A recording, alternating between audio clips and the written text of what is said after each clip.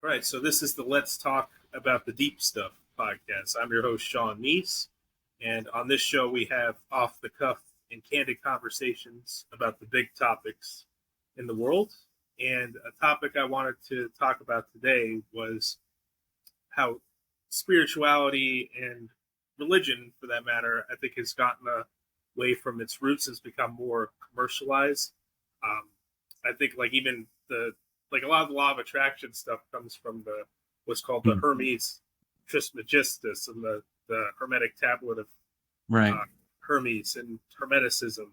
And to me, there was like more of a depth with that than like the modern law of attraction stuff. Also, someone named Neville Goddard was another one that um, was one of the early ones with like kind of shaping the world with your thoughts. But even with like religion, like I feel like there's a lot of people who get use religion as a way to like get rich off people, or they use it more for like material gain, and um, they have kind of a different view than like but like even like Jesus and like Buddha, we're talking more about getting away from the material, like both like Jesus and Buddha, and like even like in Hinduism, the Upanishads, it has the story of Najikitas, where his dad made him give up all the possessions, material possessions, and like find more like the spiritual path. But like I also don't like want to go like the other extreme, because I do think like there is like, especially today when everything's so expensive, we need like a bit of a material goal and material. Um, but at the same time, it's like I think spirituality is kind of like finding the deeper meaning beyond that too. So I have a guest joining me today, Nico Miscoso, and he does astrology with his YouTube channel. He also talks about spirituality. I believe you've talked a bit about some similar topics on your channel before too, right? It's Scarlet Moon. There was kind of a screen name change a while back, back in mid 2020. So back in the day, and back when you and I, first became acquainted in the 2010s, it was Scarlet Moon, and then there was Scarlet Moon Magic, and so it was two separate channels. One was dedicated more towards tarot and astrology, and forecasts, and really kind of going into more of the future foretelling. And then there was Scarlet Moon Magic, which was definitely more of like, Nico After Dark. Let's talk about more of the mysticism. Let's talk about the occult. Let's talk about, really going deep into some of these principles, which, as you just mentioned, are really only scratching the surface of what's going on. And so in 2020, though, I really wanted to separate myself from what I saw going on, what was getting kind of attracted to the spiritual wellness industrial complex. Let's call it what it is.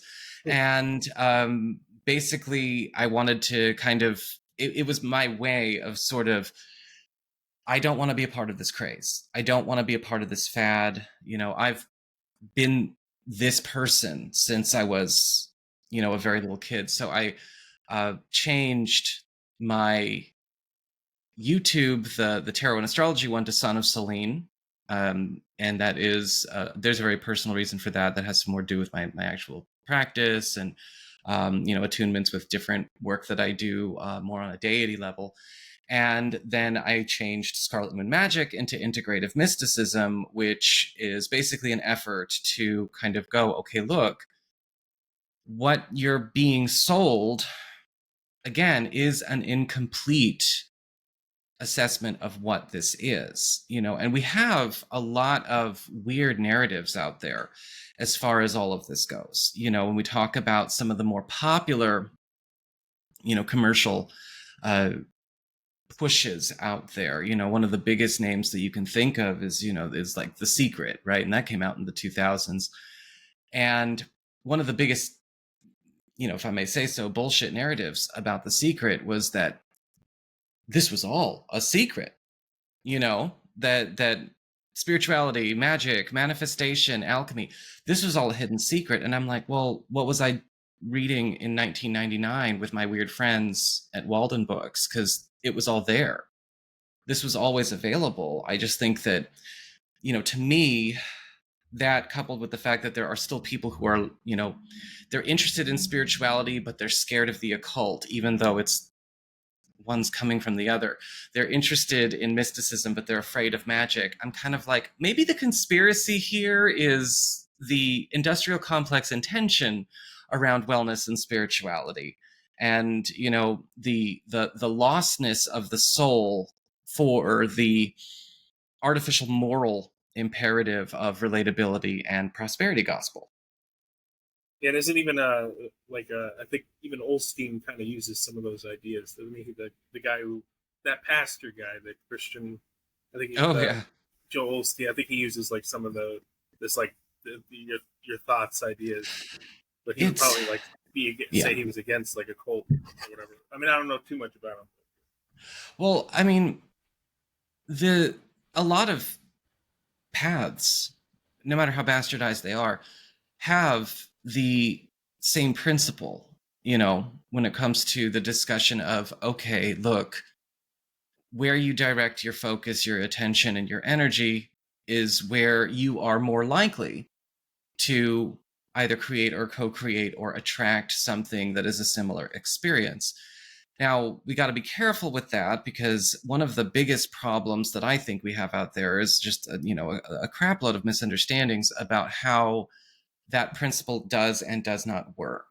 Because I'm not the kind of person who says, well, something bad happened to you. Well, you manifested it. Yeah, that's You were another thing I thinking don't like. about that. You manifested your job loss. You manifested your cancer. I don't like that at all. I don't, and that's not even true, Yeah. to be frank. I knew someone even took that further, and they were saying that people are born in like the wealthier nations because their past karma was better. Like in other words, like all the people who are oppressed and disenfranchised, they deserve it. So pretty much There's that there's idea. a there are missing pieces to this law of attraction principle here, because there is an attraction principle here, but when you say you've studied, okay, the tablets of Trismegistus, you've talked about a little bit about the Kabbalion and Hermetic science. The law of attraction itself is actually one half of one of several Hermetic principles. That's just the one that sells. Yeah. And it's not even a complete law. So there's a lot of other factors at work when it comes to what is coming into manifestation and what is not. It's actually not the law of attraction by itself. It's the law of attraction and repulsion. But then there's also the law of correspondence. And then there's the law of, there's all kinds of different parts of this work, this occult science, which it is, which a lot of people, I think that nowadays have to kind of come to grips with going, okay, look, are you doing this because you're interested in understanding this work? Or are you doing this because it is emotional medication? Because the emotional medication principle, that seems to be going around here, right? It's not about what it is. It's about what makes you feel good. It's about what resonates with you. That, to me, is a lot of fundamentalist transference that a lot of people are bringing to this community, and bringing to this. I don't want to call it a movement. Intrigue. This like fad, I That guess. fad, phase, Yeah. trend, where, that fundamentalist transference, right? They might be bringing it from maybe another faith, another religion, tradition, family of origin, the desire for a different maybe factor of what we could call like the hierarchy of needs. And they're projecting it onto the spiritual when they should be meeting that need another way. And Well, so and we've got also this. I guess the way they do it's kind of selfish, like rather than like empathy, like because like going back to what you were saying before about like how they manifested the bad. Then how would you? Then that kind of encourages you to like not have empathy for other people, because if they're going through a hard time, it's they just manifested that, or that's just their thoughts, rather than, and then it's like then there's no responsibility on like other people, like and how they're treating others, or like other like injustices or other things like Yeah. that. It's just it's that person's fault. Well, it's a very attractive prospect for, some of the more narcissistic traits that can run in humans, right? It's this idea that, okay, I'm empowered because one is all is one, which means all is me, which means I'm in charge, which means I'm God, which means I really just got to focus on me. And I really just got to think about me and my gratification. I don't have to think about what I'm putting out there. I don't have to think about what I am, because I'm holding all of that in here. And I don't have to think about what you are and what you've got going on. There's, and I think a lot of that also has to do with this, this sort of injection of pop psychology into the culture as well. So when you can artificially empower people not to care, if you can artificially empower people to navel gaze, and to become obsessed, fascinated with themselves to the point where it's sort of, I would say it's almost like a spiritually sanctioned or culturally sanctioned narcissism that we're dealing with. But we call it empowerment. Yeah. How would you say like the initial principles like were supposed to be used, and like as a different used now? So as far as, first off, I think that if we're talking about, if we're using these initial principles, I think that when maybe you got to help me out here. Are we talking about like law of attraction, like the Hermeticism, like right? Okay. Creating the world around you, influencing the world with your thoughts. So the thing is that when the way that they're meant to be worked is it's supposed to be in tandem. It's not necessarily just about picking the one that you like and going forward with it, So for instance, if we're going to talk about, the law of attraction and repulsion, then we also need to talk about the law of mentalism, or the law of correspondence, or the law of polarity, or or rhythm. All of these things are meant to be worked on and worked with in tandem. You can't really take one out in isolation. So for instance, okay, let's talk about why bad things happen to good people. For instance, okay, why is it that this particular community, this neighborhood in this part of town seems to have, all of this misfortune, right? They're grinding poverty, health problems, whatever. Now, it's not because everyone in that neighborhood and all the families in that neighborhood decided to get together and just curse each other and give themselves the evil eye. There might be one or two people doing that, but probably not.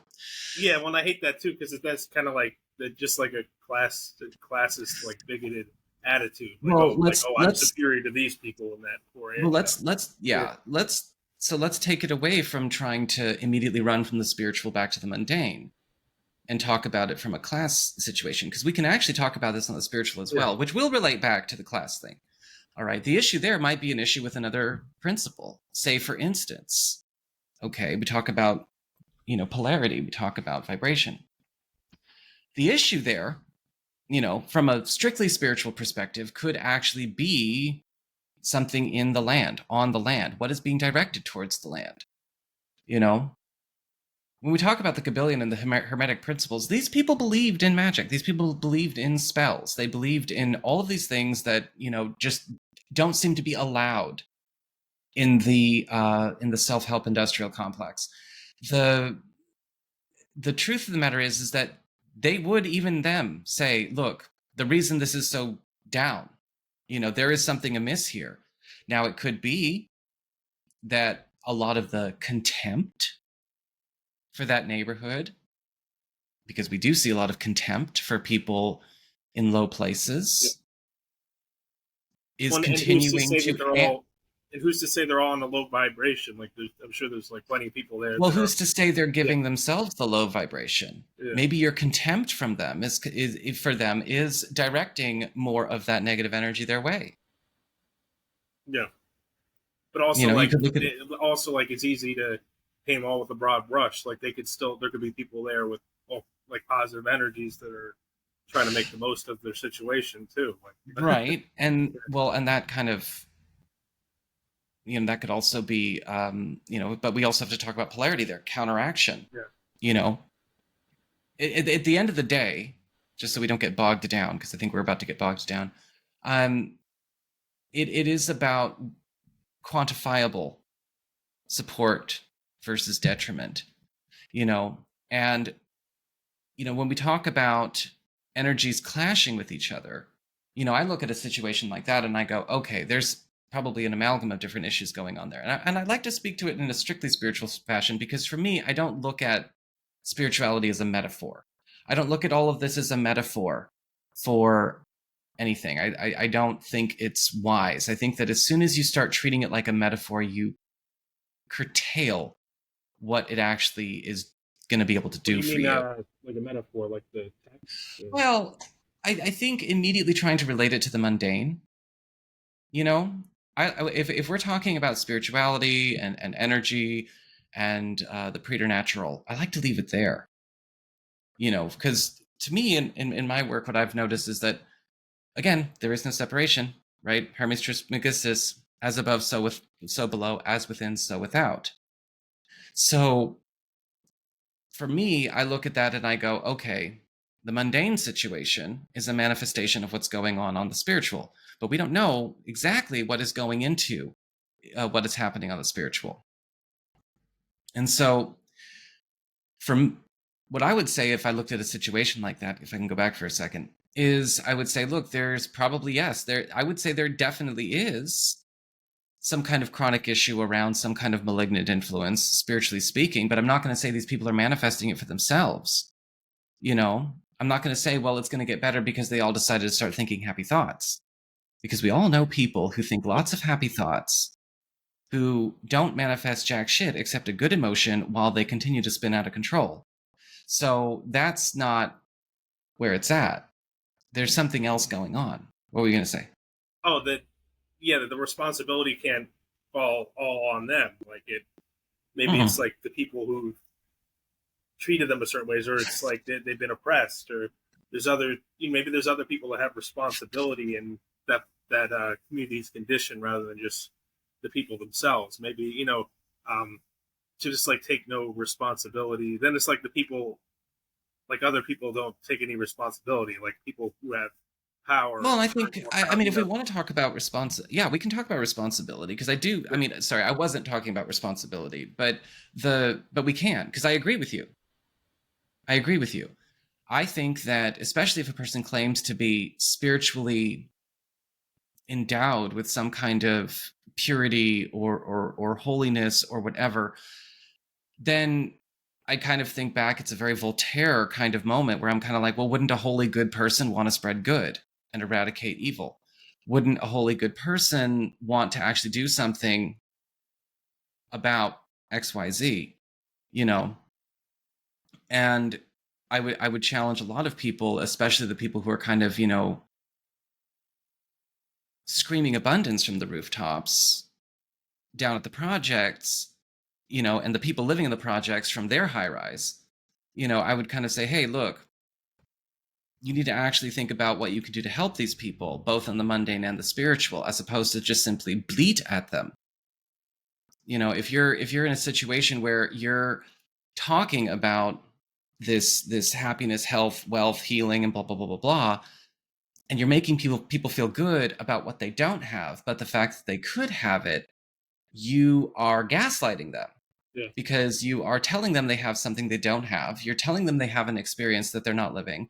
And you're telling these people, that's what's really kind of come into this culture in a very big way. I think if we want to talk about real responsibility, then we talk about getting down to business and helping people, absolutely.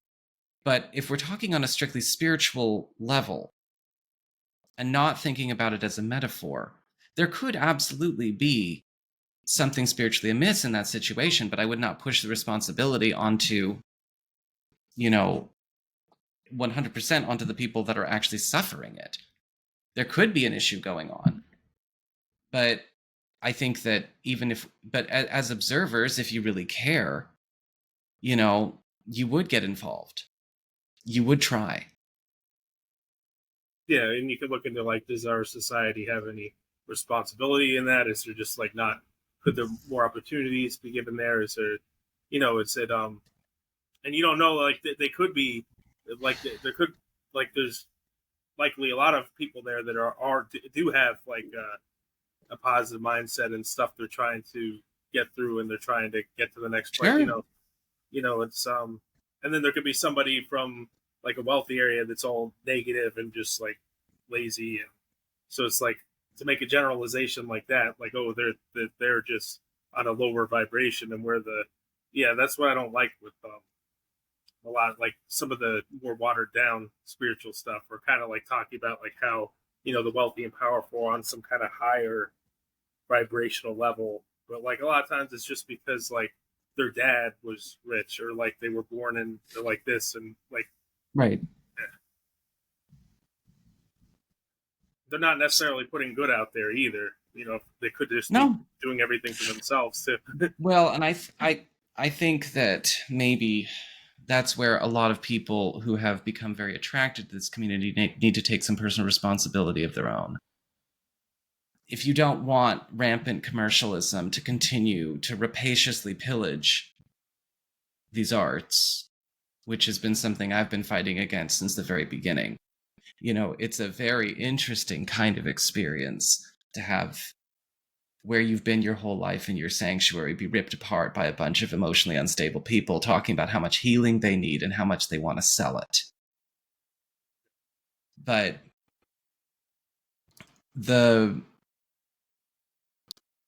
I think that we would have to also understand, like, okay, maybe we need to cast off this idea that this is all just emotional medicine. And I myself don't know how to start that movement, because I've been trying for probably about 10 years now. Because I saw this wave coming, it peaked around 2016, 2017. It's dying off slowly now, which is kind of nice. People want to actually, like you said before we got on the call, people are kind of ready to go deeper. They're not really interested in just kind of treating this as like a bandage and a panacea, but I feel like, I mean, just like kind of like reading the stuff to help them feel good temporarily, rather than like actually applying it. Well, rather than actually understanding it, it's, again, like I was saying before, I think there's a great deal of fundamentalist transference that comes into this community. This isn't church. It's a dojo. And you got to know the difference. There's a certain measure of, yes, personal responsibility and personal accountability, but there's also a certain measure of, understanding the expectations of the practitioner. When we talk about things like the Kabbalion, or we talk about any kind of hermetic principles, or we talk about the occult or mysticism, a lot of the stuff that's getting pushed out there right now is if it's legit, and a lot of it's not, but if it's legit, it's usually coming from schools and practices where people actually had to go through some rigorous gatekeeping to be able to actually learn it. Now, why did they go through the gatekeeping? Well, there's a lot of different reasons for that. Some of the gatekeeping, especially when you go back a ways, might have been classist. In fact, a lot of cases it was. A lot of what what was taught was really only available to people who were maybe literate, or could actually find the time to get down and study it, or had the money to take the time off and go out and study it. But that's not always that's not universal. That's certainly the case with a lot of cultures in the West, but but not necessarily like globally. It's different, I guess. Too. Well, I think that when we talk about, getting out of the Western experience, and we go into the discussion of, okay, there's a lot of other, sometimes the gatekeeping was really more about your dedication. It was about your work. Could you sit your desperate ass down and be patient and listen? Could you practice this? Could you take a year and a day or so to prove that you're actually in this for real, and you're not somebody who's just kind of wandered in looking for instant community, or a movement, or a fad, or something, or a hobby? It's like something more meaningful like that, I guess, that like what religion gives something, people that are religious, I guess. Yeah, meaningful's good. Meaningful's, yeah, absolutely. And I feel like, and I think I said this at the beginning, like how kind of like spirituality and even religion, I feel like was at its root more about the non-material. I guess the something you could always like hold on to, like within, regardless of what's going on the Yeah, outside. And I feel like it's become more of a material thing, at least in mainstream society, like both I think you spirituality and can. religion. I mean, I think it's about a balance. You know, it is about a balance. I think that the sickness is not challenging or tempering the tendency to pendulously swing from one way or the other. You know, because I don't think it has to be all spiritual. We can't. You and I wouldn't be here if you were strictly into the mundane and not interested in spirituality at all. And I decided to go hardcore isolationist monk, cut myself off from everybody, and just live off moss in the woods. You know, it's so we can't think about it in terms of extremes. But I think that there is, I think a lot of the loudest voices out there tend to focus more on what's going to connect to people, and some people are very much more interested nowadays in finding out what they can do to feel better without doing any work. And those types of people tend to also be the ones who tend to split into black and white extremes. And so we have a service to the extreme for the almighty dollar going on right And it becomes, I guess, the issue is it becomes selfish because it becomes about not having regard for other people or helping. If you think everybody's just responsible for their own suffering or their own, then you're not going to feel inclined to help other people. So I think it's like a balance. Like you can have your own goals, but then you also, like, you're not an island. You got to look out for other people too. And that got me to think about what you said about like isolating yourself. Like some people like to do that, like kind of. But it's like I feel like if you're not learning about different people's experiences and their journeys, like I feel like you're not really that much of an enlightened person if you're only looking at your own experience. now. Unless you're enlightened enough to know how dysfunctional you are and how everyone's better off without you. That's how I look at it. But I And guess maybe there are some people who could do that, or and it would do well to do that. yeah. So I guess, is that the main thing you think it's changed from its roots? Like when you got into here, like I know you've also mentioned other stuff in the past that you think people weren't I think that getting, or I think that the I think that so I think that the main issue in a lot of these cases is it kind of goes back to even before we had all this social media stuff out there. You know, the I think the big thing is that there's a lack of interest in not only a lack of interest, but also a rampant selfishness in the push towards trying to make everything a vehicle towards easy gain. It's like it's laziness plus desperation equals selling out. And for a lot of people out there, and we haven't even talked about exploitation, but for a lot of people out there, I think that it's the rampant commercialism, and we haven't even talked about this yet, or the gross politicization of all of this, right? We haven't even talked about like the geopolitical conspiracy invasion that happened to this, yeah. to this Well, space we can as get into well. both of those things if we want to kind of. Like I can't tell you. I wish I could take you back in time. I wish I could take you back in time to what it was like 2013, 2014, before a lot of this really kicked off. Like it Just was yeah, a Christopher. We rich, just need Christopher Lloyd in here. it was, yeah, it was a different world.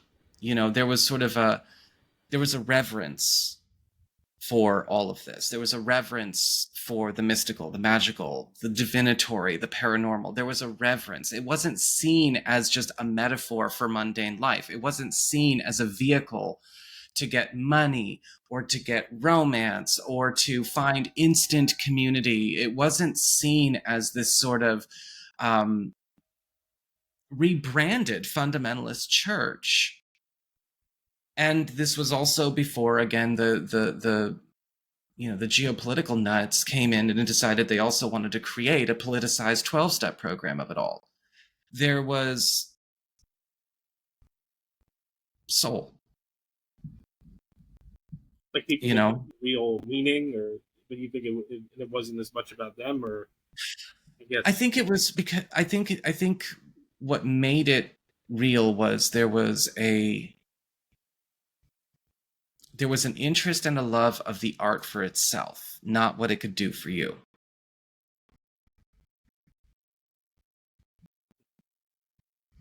I guess just trying to be connected with something bigger. But that's still thinking about what it can do for you. You're still thinking about your gratification of being connected to something bigger. Like what were the main things, I guess, that you got from it that people are missing now? I think that one of the things people are missing now is that there is a complete absence of imagination, an absence of creativity, and again, reverence for it. I think that when people come and just treat this as sort of a supplemental activity, that's where it gets lost. You're not getting a chance to actually see, all right, you want to manifest a change. Well, you can, but this isn't some life coach's pie chart showing you the flow chart of what you need to do to make a change. That's not magic. That's not spirituality. That's just rebranded, self-help nonsense. We would talk about things like hermetic principles. This is where it's like you need to be able to go deep. You need to have the capacity to think beyond, what is right in front of you, and actually be fascinated with it. There's no interest in that anymore. There's no interest in thinking about, life in terms of not just energy in terms of good or bad, but kind of looking into, okay, how does everything connect? It's not really about that. It's really more about, well, how is this going to help me get my boyfriend? Or how is this going to help me get my money? Or how is this going to keep me from blah, blah, blah, blah, blah. Like understanding something beyond yourself, just like being right. It's being more mindful, like just kind of appreciating everything as it is and having a deeper appreciation for everything. Looking at it for what it is, letting it be what it is, and being more curious about what it is. It's the incuriosity that is the issue. It is the always thinking of it as a utility, right? Like not being interested in like the actual like root of it, like looking into like not looking into like I guess what doubt, like the Tao Te Ching and like what the original philosophy of it is and stuff, or like looking into the actual like writings of the Buddha and what they were trying to say, and just for appreciating it for that. Yeah. Also, I think that people who treat it almost like a metaphor and just a utility tend to also be people that it can't work for because you don't even engage with it like something you believe is real. Did you still like manifest and stuff? Did you still like use Hermeticism, I guess, like those techniques to manifest things for yourself, even during the time? Of course. Yeah. I mean, of course. When we think about Hermetic principles, all Hermetic principles are just a way to quantify, to explain to other human beings what has been measured to go on with a spiritual, magical, paranormal experience. That's all it is. They're not really laws. It's not like this is something that came out of, the mouth of God on a mountain somewhere. These are just, hey, look, this is what we've experienced, channeled, cast, worked. This is what we have experienced as we've gone through our own. The Hermetic principles, the Emerald tablets, all of that kind of stuff. That's just people paying it forward, what they've learned. But we have to also learn what they learn, not just copy what they do. For me, my spiritual practice is way more hardcore, but it's still very much, it's like, I don't even just work with Hermetic principles. Of course not. I can see Hermetic principles in all of my spiritual paths, but it's like, okay, What flavors my spiritual practice? All right. Well, definitely a lot of Celtic folk magic, a lot of root work, even Shinto, ceremonial magic, which of course has a lot of hermetic science involved in that as well. And that's an You know, ancestor worship. Or not so much ancestor worship on my end. No. okay. You know, when one of your ancestors is Pizarro, you don't really work with your ancestors very much. So it's and that's, you want to talk about ancestral karma. There's some ugly, but the but for myself, it's, I think that what I would wish for people now is the ability to actually believe in magic. And that's kind of what I do. That's like, you know, people always talk about, what's my purpose? Live your purpose, live your truth. And I'm always like, first off, nobody has a singular purpose. Stop bringing that fundamentalist transference into this. But I would also say, if I had to say one job that I thought it was for myself, it's make it real for people. Give people an actual magical spiritual experience. One of the best experiences I ever had, one of the coolest opportunities I had to do that was actually when I was in the UK doing a retreat with Chris, and we'd got this farmhouse in the Peak District and got a bunch of people together. Peak District is about just a little way southwest of Manchester, and one night I actually did a summoning, and I was able to convince some of the nature spirits around the land to show up and actually operate. And we were all seeing these little pixies, these little orbs with the naked eye. And for me, that's what was special. I'm not saying this is something for everybody, but I'm saying if it's for you, you better be able to believe in magic. You better be able to believe in this as, you know, and actually look at this art for what it is and not as just a utility. You know, that's just something I felt like I needed to get in there.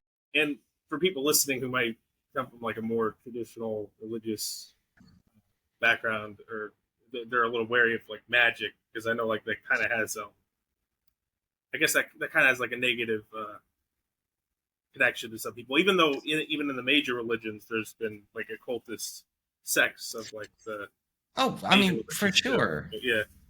Absolutely. I mean, that's just the term I choose to use, you know?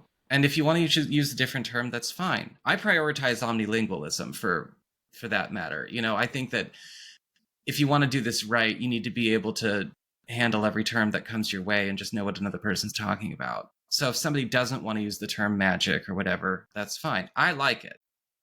You know, some people don't like it when I say spell. I don't think saying, you know, aligning and focusing my energy on a particular vibration to manifest the outcome I want is an efficient substitute for the word spell, but it makes some people more comfortable to talk that way. Well, I guess it's a societal thing too. I guess, right? Like, because I guess spells kind of has like a Well, you negative. got to decide, you know, do you think that hearing these words and these terms and getting all iffy about it is legit? I mean, because a lot of that programming, magic is bad, magic is scary, you know, comes from the very same cultural, you know, programming that once had people, you know, stoning gay people to death. Yeah. So, you know, why hold on to all of that? Or justifying slavery. Or justifying slavery, Yeah. you know, or subjugation of women. And that's kind of the thing sometimes, you know, it's like, all right, look at your gut reaction. It's like all these people sometimes they're always like, oh yeah, I follow my gut, I follow my intuition. Well, what if your gut is still like broken or still programmed? What if Yeah. your gut It is could just be like racist? how you're raised, conditioning. It's not necessarily right. Exactly. Yeah. Exactly. What if your gut is conditioned? What if your gut is racist? What if your gut is classist? What if your gut is homophobic? Should you really be following a gut that's not fixed? Yeah. Exactly. Yeah. You know? And I mean, I've got my moments. I've got my moments. There's a reason I chose my words very carefully when I said fundamentalist transference. I didn't say Abrahamic transference. I didn't say Christian transference. I said fundamentalist, because there's a difference between something that is hardcore fundamentalist and something that is simply working with a particular path. Yeah, well, and like the Kabbalah in Judaism is in a way a form of magic. You could call it that. Absolutely. And you were talking about metaphors before, but like it's interesting because like in some of the more mystical interpretations, it's like they look at the Bible as a metaphor. Like I know Neville Goddard did it with like Christianity, like looking at the Bible as a metaphor, and as a symbolic way, and like using that to apply it to life. And the Kabbalah, like the Kabbalists looked at the Bible as a metaphor rather than like a literal fact. Like it was just a way of like understanding the world. Well, but it was like, yeah. I think we got to look at, I think maybe when we're talking about that, I mean, and I definitely don't want to give the idea that I'm talking about like, okay, we need to treat mythology as fact. Because there's a difference between looking at believing and understanding and experiencing and working with the metaphysical, the preternatural, the magical, the paranormal. There's a difference between that and having that as, it's like knowing that as reality versus looking at mythology as something factual. So mythology, to me, or metaphor, fables, can be a way of explaining truth. But when I'm talking about things like the paranormal, the psychic, the preternatural, that, when I'm saying it, I'm not referring to that as mythology. Does that make sense?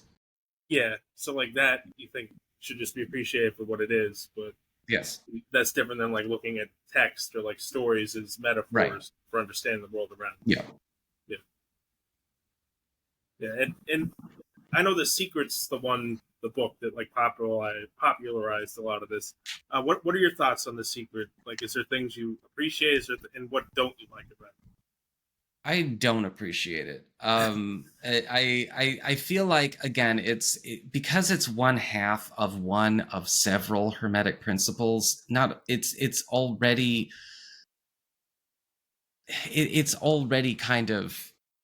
I'm kind of wondering. All right, is this somebody having a really enthusiastic sort of moment where they're like, I learned this one thing, let me spread the gospel, which I kind of go, that's irresponsible.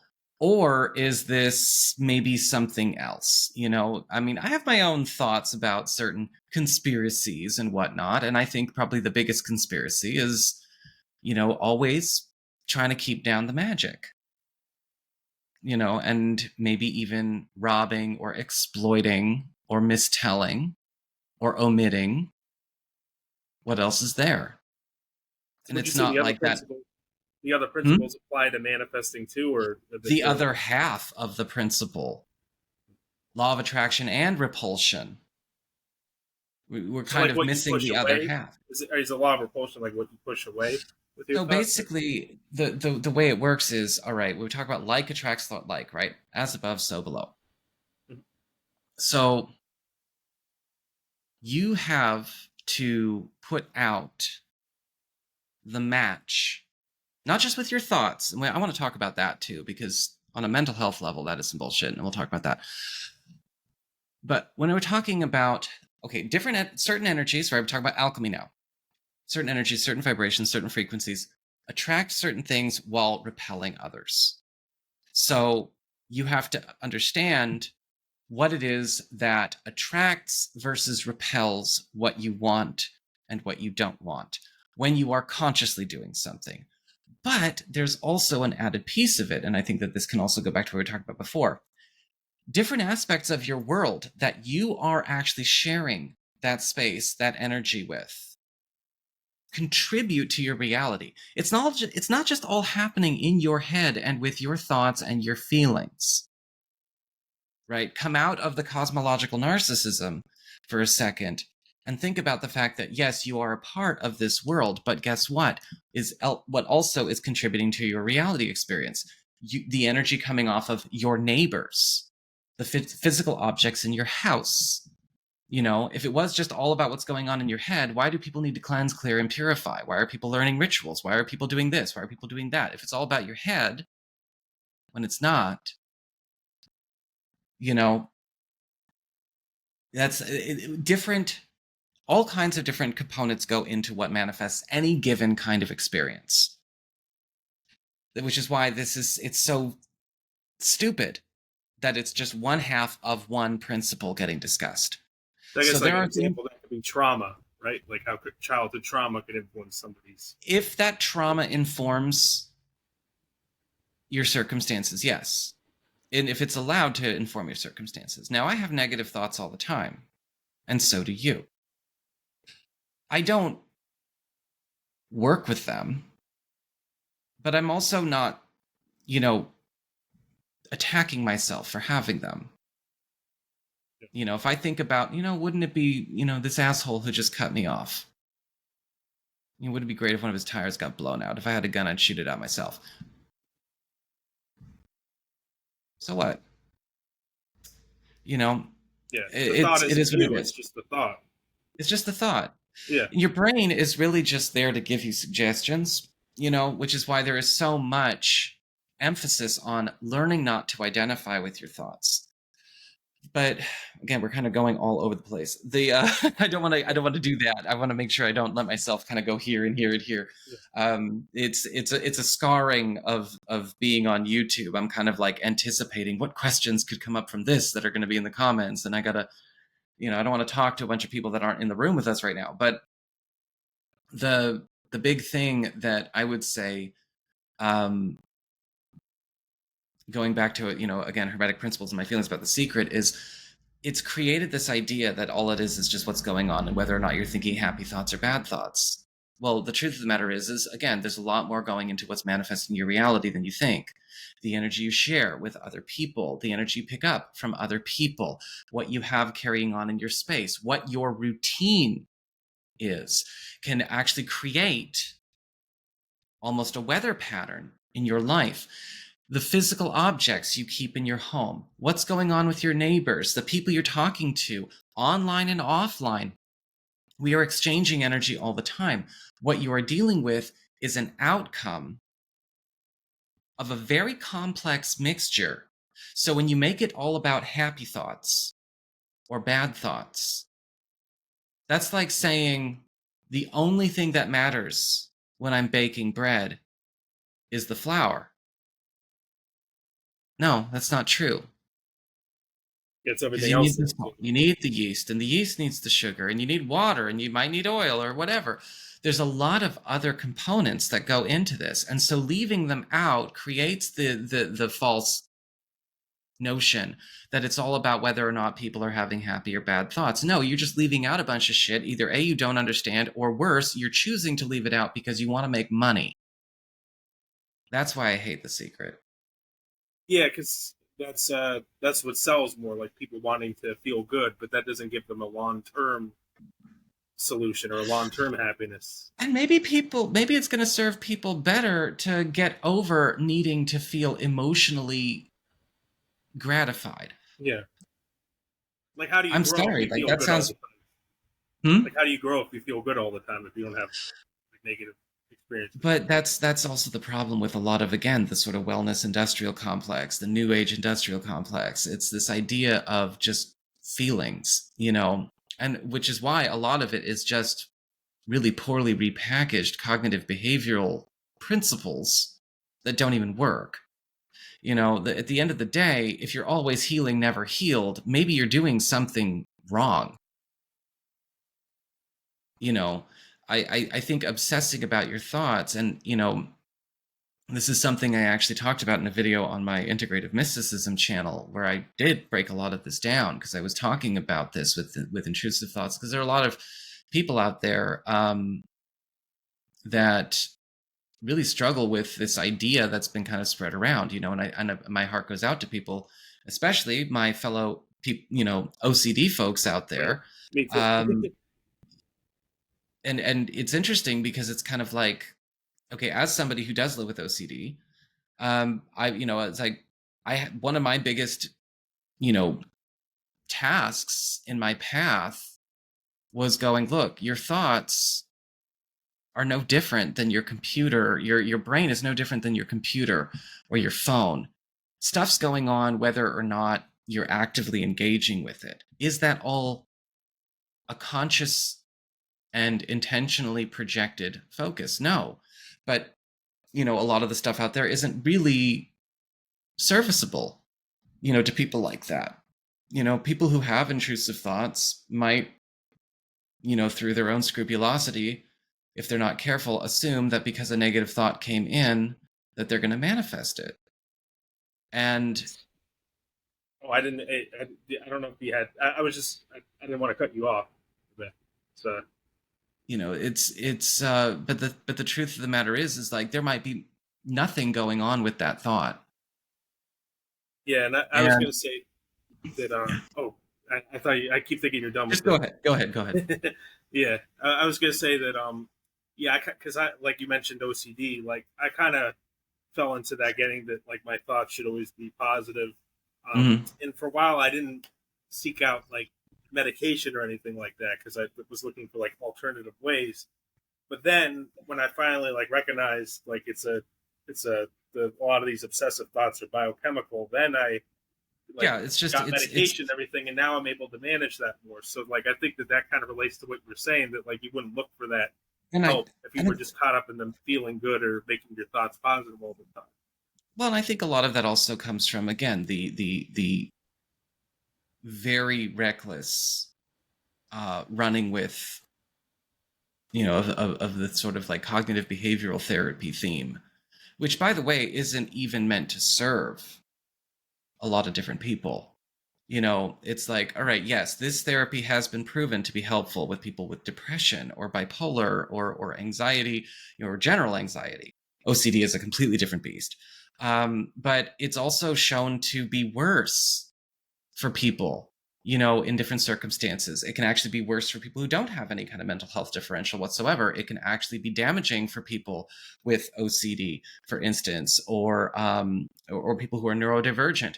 And for people who are maybe, dealing with, say, like a cluster B situation, like NPD or BPD, it actually exacerbates their symptoms and actually makes them more decompensated and more dysfunctional. So it's not something that is the zeitgeist. And when you mix that in with spirituality and you kind of turn it into this new age craze, you're creating this exacerbation of the sickness. Yeah, because it's not looking. It's kind of like, I guess, putting a Band-Aid over it, but not really getting. It's not even a good Band-Aid. I mean, it's really not. It's not a good Band-Aid. It's more like, all right, do what you can. But that could also speak to the starry state of our culture as well. People are doing what they can. In a lot of cases, they're just huffing a different kind of glue. Yeah. And then I agree with what you're saying. Like in a way, it could kind of take advantage of people that have struggles with mental health too. And also, like if you have depression, you're having like negative thoughts all the time. Yeah. Like like depression brings, like then it's kind of like you're judging yourself for having these thoughts rather than dealing with the underlying issue, which is your depression. Whereas you should probably, again, if you were actually looking at this, if we want to take it back to spirituality, if you were looking at it more from that perspective, from more of a preternatural metaphysical perspective, you wouldn't go in and be like, well, you have negative thoughts, and therefore that's why, your promotion got declined or your transfer application got declined. It would actually kind of go more in a direction of like, all right, well, what were you doing with your negative thoughts? That's really the thing. What were you doing with them? But also, what else was a factor in that? you're not the only one deciding what's going on with your promotion or your credit application or your, or your date or whatever. You're not the only thing involved. It's like, all right, we've got environmental influences, of course, other people involved. We've got what everyone is kind of carrying into the situation. And does anyone actually control it? And I think that when we have this sort of cult of shiny, happy thoughts, kind of running the narrative as it's been for the last 10 years, we have a bastardization of a lot of principles and a lot of spiritual practices and a lot of real art and real work in service of babysitting adults and, robbing them at the same time. And do you think there's a place for using it to manifest like your goals, and or like if somebody wants to use it to maybe help themselves feel better about themselves, but like also keeping the other things in mind and not ignoring the I wouldn't be a witch if I didn't. So like it does help you in that way. You see a bigger picture, like more layered. Yeah. I think that if there is respect and reverence for it, and treating it like and letting it be what it is, all of that stuff comes along with the package. Yeah, I guess, is there any maybe final things we didn't cover, or things you'd like to say? Or I mean, I'm not sure. Was there anything you think maybe people would like to, go back to, or, did we rush through something, or did something get half done? I guess just like where do we go forward with this? Like how do we, like where would you like to see spirituality go? Like, is that like maybe it would be good to see people have a deeper understanding of it, but then with the commercialization, people are looking for what sells. I think that I think where I'd like to see it go is a place of greater depth, which, funny enough, I am seeing happening slowly. This wasn't happening 3-4 years ago. I feel like the personality types that turned this into a fad are degrading in the eyes of most people. I feel like even the people who got swept up in it are going, all right, I want somebody real. I want somebody who's actually living this. I don't want somebody who's just going to be trying to, upsell a behavioral management metaphor.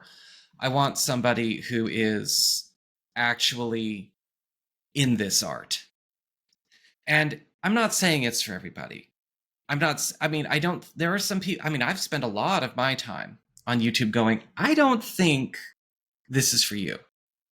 I'm not here to give you a quote spiritual awakening experience, because I honestly think that sometimes, people can go to places they can't come back from, even when they're doing this legit.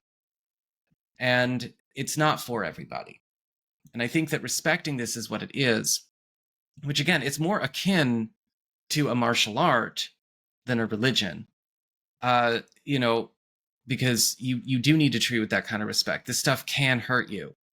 This stuff can do things, and we didn't even get a chance to talk about that, but that's okay. But this stuff is real. And I think that for me, what I wish people would take on here is sort of just like, look, all right, it's real. When you stop treating it like a metaphor, the mythology is a metaphor, sure. The parables are a metaphor, sure. But the phenomena is very real. Like how these start to manifest? You mean like the phenomenon of manifestation is what you're talking about? Like it's real? Yes, manifestation, divination, foretelling, psychic abilities, paranormal experiences, spirit contact. It's all real. I'm not saying that everybody needs to sit down and pull out a candle and get down to business. I'm not saying everyone needs to get on this like it's a religion. But I think for the people that have an interest in it, treating it like it's real, knowing that it's real, that's what I want for people. because you can tell the difference between people who this is a real experience for versus the people who are faking it till they make it. Yeah. And I think that we're done. And I think that we're done with faking. Yeah. And another thought that came to me is like, they kind of profit, people who use this as a way to just that aren't genuine and are just using it as a way to kind of sell a quick fix to people. They kind of profit off your unhappiness. You know, if you were, if Or you they're actually looking for solved these, yeah. or they're looking for sponsorship for their own weird phase that they're in, because that can happen too. Yeah. Influencers, bloggers that are kind of, okay, you had a divorce or a job loss, you got thonked on the head and it made you think deep thoughts, and now you want the world to sponsor you on your journey. Oh, and they're going to pay you to go on that journey too. I'm sorry, honey, no. Yeah. Yeah. It's like, and also remembering, we got to remember, like, it's not, you're not an island too. Like what you were saying, like everybody, we're it's okay to have our own goals and focus on, but we're just a universe. We're not the whole universe. Like the other No, people, it's people, that's the yeah, there's kind of a, you can kind of tell the difference in that, right? It's the end, all is one and one is all. That's true. But when you start thinking all is one and therefore all is me, then you become an island. Then you become the cosmological narcissist. yeah, And that's where you don't want to go. yeah, it's putting too much ego into it. Yeah. Well, I think this has been a good chat. Hopefully, the listeners, you got something out of this. Feel free to reach out to me on Let's Talk About the Deep Stuff on Instagram, or Sean Neese on social media, KNESE. If if any of you have thoughts about this, about how spirituality's been commercialized, like what your views about spirituality are, what your experience has been. And thank you to Nico for joining the discussion. I don't know Thank if you you for want to having like me. plug anything or. If you're interested in any of my more, metaphysical, more mystical talks, or even just learning a bit more about, magic and paranormal activity and all of that, I want to check out my channel, Integrative Mysticism. And if you are somebody who enjoys astrology and tarot and divination, you might want to check out SonofSelene. Nice. And Yeah. if you want to keep updated with future episodes of Let's Talk About the Deep Stuff, I'm on Spotify, iTunes, or wherever you get your podcast. And I already mentioned my social media before. It's Sean Neese, SEAN and KNEESE. Instagram, SKNEESE1989, or just look up Let's Talk About the Deep Stuff too. And that's about it for this episode. We'll catch you on the next one.